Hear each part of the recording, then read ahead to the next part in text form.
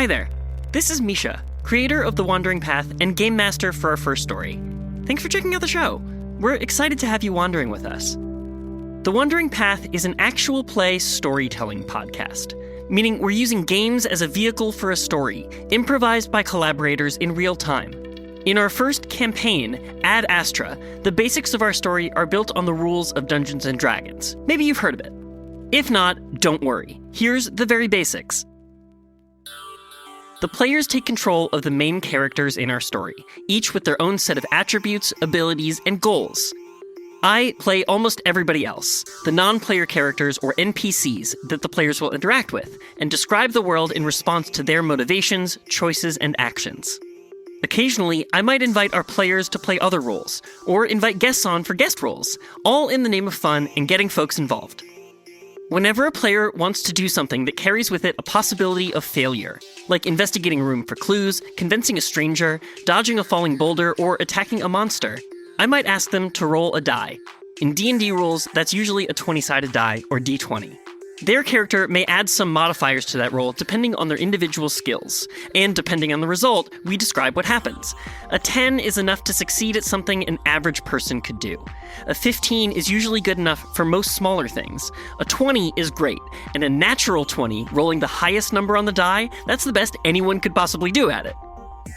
You may also hear some gameplay from sources outside of base D&D. Of course, we here love games, so we're always finding new ways to tweak these mechanics in the best way to tell our story.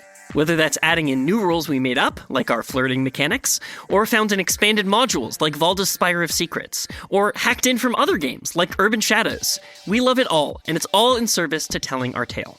To hear it in action, and to give you a taste of what's to come, check out this special preview of our first episode, and if that sounds appetizing, check out the full version on our feed. If you're listening to both, you can skip ahead to where our theme song kicks in, about 13 and a half minutes in. Or you can listen to our world-building episodes, where the cast and I built our story setting together, piece by piece, and nailed down the themes of our story. Okay, that should be enough to get you started. If you're ready, please enjoy a preview of our first episode. Time to wake up, little one. You come to consciousness in total darkness.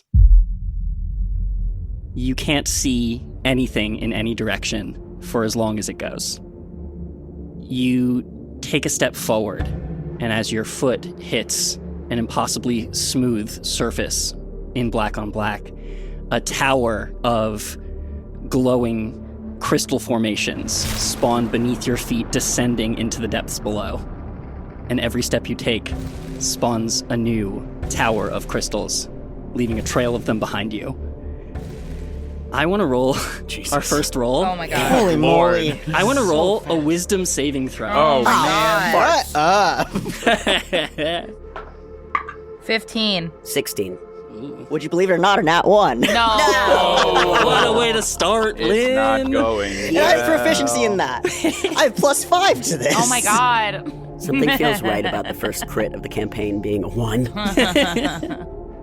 Ibra, Oh no. you look behind you at the glowing trail, and the columns of crystal growing into the floor, this impossible surface, have now illuminated you to yourself. Now that you're facing them, the light bounces off of the front of you, and you see that you are dressed in resplendent, pristine armor that form fits to you, that you have never seen before, a style of which you are incredibly unfamiliar. Nobody makes armor like this. A mystery for another time. You turn back around and keep walking. Eventually, you come to a place that feels like the meeting place. Something inside of you says that this is the meeting place. And across a flat courtyard, you can see backlit at other cardinal directions 3 more figures, each silhouetted in armor. What do you do? Are they evenly spaced, or is They one- are. And they're equally far from me. Yes. Well, geometry. But, hypotenuse or whatever. Hypotenuse or whatever. I want to hypotenuse this and go for the one that's sort of the quickest trajectory. So that would just be moving straight ahead because your already sort of momentum is carrying you. Mm-hmm. You run across the flat expanse You try to make it to the person across the way from you, and you take a few steps forward and splash into a pool of water. As soon as you do, the steps you take illuminate a crystal formation now that encompasses the entire center, a pool of water with a glowing crystal formation that's shaped like a funnel that curves in and goes down and down and down as far as you can see. The funnel's light starts pulsing, beating like a heartbeat. And all four of you in the back of your mind hear a whisper. It's happening again. I get out of the pool. Yeah, you scramble back to the surface. I stand up and I sort of get a better awareness of my situation. I look at everything that's been illuminated so far, everything that I can see. Yeah, the lightest thing you can see is the trails of each other person's footsteps in cascading crystal columns behind them. Each of these three figures are backlit, and their silhouettes are kind of imposing in their resplendent armor. The armor looks like mine, right? Yes, the armor looks, although you've never seen any other piece of armor like it, their armor looks like yours. Whoa. My heart sort of skips a beat at feeling like there's something that I'm part of, even though I have no idea what it is. I can tell that there's something here and I'm a part of it. Yeah. I think I start to follow the footsteps towards my compatriots around. I go around the pool if I can. Yeah, sure. You sort of skim the edge now that you can see this bright, glowing pool. You approach the figure around the circle to your left. How do you get their attention? Can I see their face, or is this silhouette completely obscuring? Currently, they're facing in such a way that the silhouette is completely obscuring, but you could call out to them.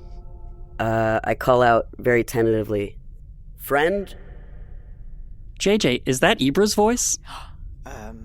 Ibra, what, hi? JJ? Yes?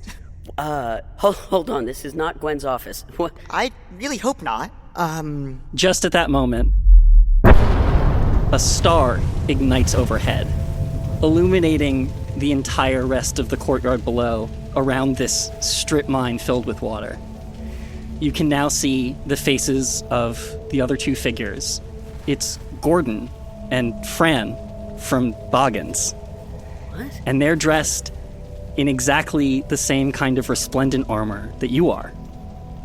Wow, look at this. Oh my gosh, this is so swanky. Okay, I should take notes. Okay, so what we got here? We got gloves, sleigh, boots. We love to see it. Shoulder pads. Wow. Wait, Whoever you didn't did make this is an artist. You look amazing. Oh my god, you look amazing. Thank you you. so much. I have no idea who made these, but I must find out. We all look amazing. But is no one concerned about what's going on? The star shines bright overhead, illuminating the rest of the field around you. Wow, right. And now that you look around, you can see vaguely humanoid shadows.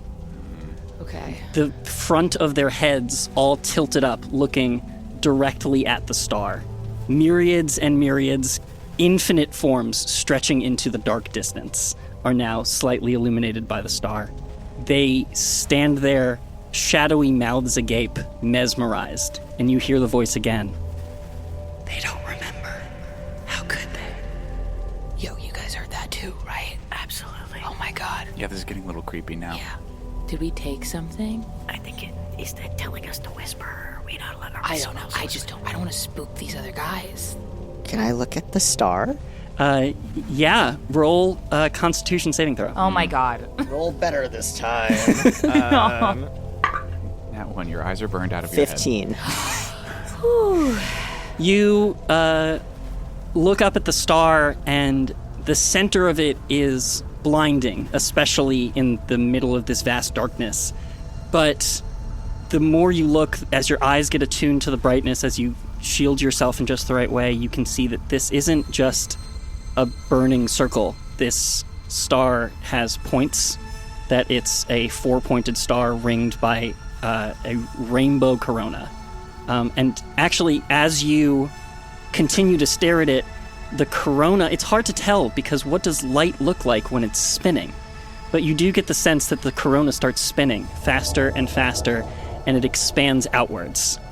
It contracts and pulses and expands and falls into the center and boom! Expands out into a full ring around the star, filled with 5 other bright shining points. Ugh. Oh my god. Everybody except for JJ needs to roll a dexterity save. Ooh, boyo.